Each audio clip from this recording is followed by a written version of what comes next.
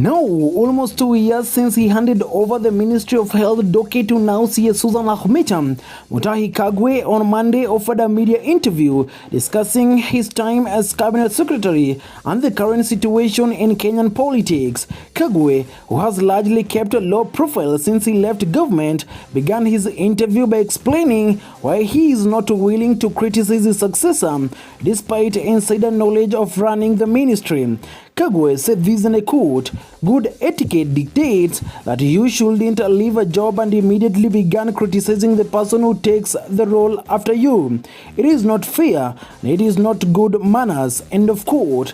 The former cabinet secretary went on to observe that the ongoing doctor strike will only be resolved if the government and the doctors union can engage in dialogue. He advised that grandstanding will only prolong the crisis. He acknowledged that allowances for intern medics were ratified in the 2017 collective bargaining agreement, stating that at the time the government averted a strike by negotiating on immediate steps that will be taken from the CBA.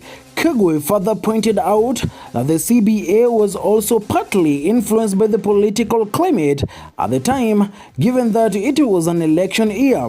Speaking on how Kenya navigated the 2020 pandemic, Mutahi Kagwe noted that he had sleepless nights during the time, with most of his worries being on how the country could mitigate the catastrophic effects witnessed, especially abroad. He noted facing pushback from governors who did not understand the need for stringent measures taken by government and having to convince them in Zoom meetings. This is Cuba News.